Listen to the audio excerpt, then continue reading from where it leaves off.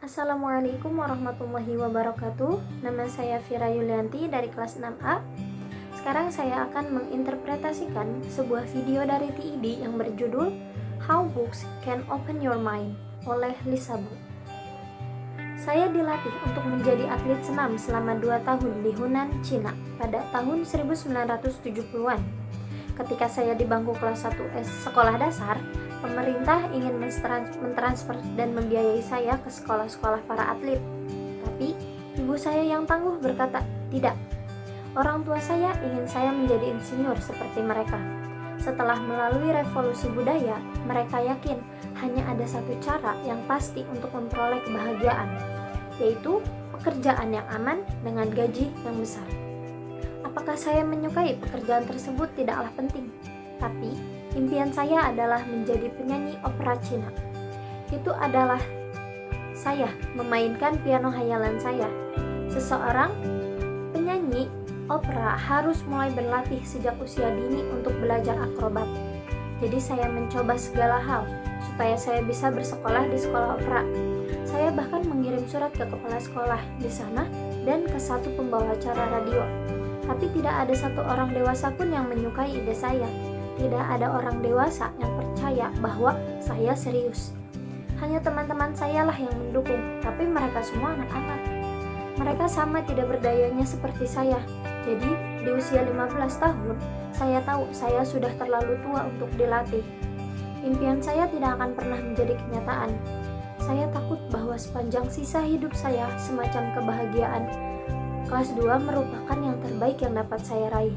Tapi itu sangatlah tidak adil. Jadi saya bertekad untuk mencari panggilan lain. Tidak ada yang bisa mengajari saya. Biar saja, saya berpaling ke buku-buku. Saya memuaskan rasa lapar saya akan saran orang tua dari buku yang ditulis oleh keluarga penulis dan musisi Correspondence in the Family of Foley. Saya menemukan teladan saya akan wanita yang independen di mana tradisi Konfusianisme menginginkan kepatuhan, Jane Eyre. Dan saya belajar untuk menjadi efisien berkat buku ini, Cheaper by the Dozen. Dan saya terinspirasi untuk belajar di luar negeri setelah membaca buku-buku ini, Complete Works of San Meo, aka Cho Chen, Lesson from History oleh Nan Huai Jin. Saya tiba di Amerika tahun 1995. Jadi, buku apa yang pertama saya baca di sini? Buku-buku yang dilarang di Cina. Tentu saja, The Good Earth adalah buku mengenai kehidupan petani-petani Cina. Itu bukanlah sesuatu yang cocok untuk propaganda. Alkitab merupakan buku yang menarik, tapi aneh. Itu merupakan topik untuk hari lain. Tapi, perintah kelima memberikan saya pencerahan. Hormatilah ayah dan ibumu. Hormat, kata saya, ini berbeda sekali dan terdengar lebih baik daripada patuh. Jadi, hal tersebut menjadi alat saya untuk keluar dari perangkap Konfusianisme yang penuh rasa bersalah dan memulai lembaran baru dengan orang tua saya. Interaksi dengan budaya baru juga membuat saya terbiasa untuk membandingkan bacaan yang satu dengan yang lain. Banyak sekali pengertian yang saya dapatkan, misalnya, awalnya saya merasa peta ini aneh karena inilah peta yang dipakai oleh murid-murid di Cina. Tidak pernah sekalipun saya berpikir bahwa Cina tidak harus berada di tengah-tengah dunia. Di dalam sebuah peta terdapat perspektif seseorang. Membandingkan bacaan bukanlah sesuatu yang baru. Hal tersebut merupakan cara yang biasa dilakukan di dunia akademis. Bahkan ada bidang-bidang penelitian semacam perbandingan agama dan perbandingan sastra. Membandingkan dan membedakan memberikan pengertian yang lebih lengkap akan sebuah topik bagi para cendekiawan. Jadi saya berpikir, jika membandingkan bacaan berguna untuk penelitian, mengapa tidak dilakukan juga dalam kehidupan sehari-hari? Jadi, saya mulai membaca buku secara berpasangan. Saya membaca baik buku-buku mengenai tokoh-tokoh Benjamin Franklin, karya Walter Isaacson, John Adams, karya David McCullough, yang terlibat di kejadian yang sama, atau berteman melalui pengalaman yang sama. Personal History, karya Catherine Graham, atau The Snowball, Warren Buffett and the Business of Life, karya Alice Crowder. Saya juga membandingkan cerita yang sama dengan aliran yang berbeda. Holy Bible, King James Version, atau Lamb karya Christopher Moore, atau kisah-kisah serupa dari budaya yang berbeda, seperti yang telah ditulis oleh Joseph Campbell di bukunya The Power of Myth karya Joseph Campbell.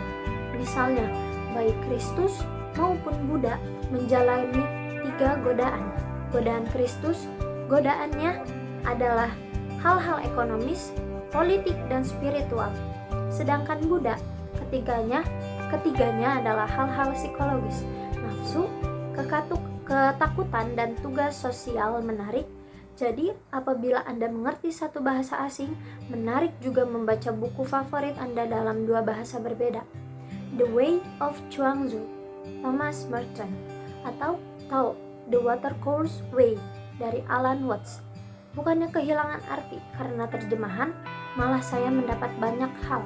Misalnya melalui terjemahan saya mengetahui secara harfiah bahasa Cina, kebahagiaan berarti kesenangan cepat. Secara harfiah pula bahasa Cina, mempelai wanita berarti ibu baru. Buku-buku telah memberikan saya pintu ajaib untuk berhubungan dengan banyak orang di masa lalu dan masa sekarang. Saya tahu saya tidak akan pernah merasa kesepian atau tidak berdaya lagi.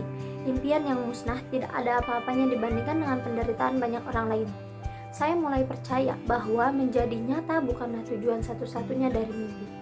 Tujuan yang paling penting adalah untuk menghubungkan kita dengan asal impian itu sendiri. Dari mana kerinduan untuk itu berasal, dari mana kebahagiaan itu sendiri berasal, atau Anda dapat mempelajari ini bahkan dari impian yang telah musnah. Jadi, karena buku-bukulah saya ada di sini hari ini, bahagia dan bersemangat lagi.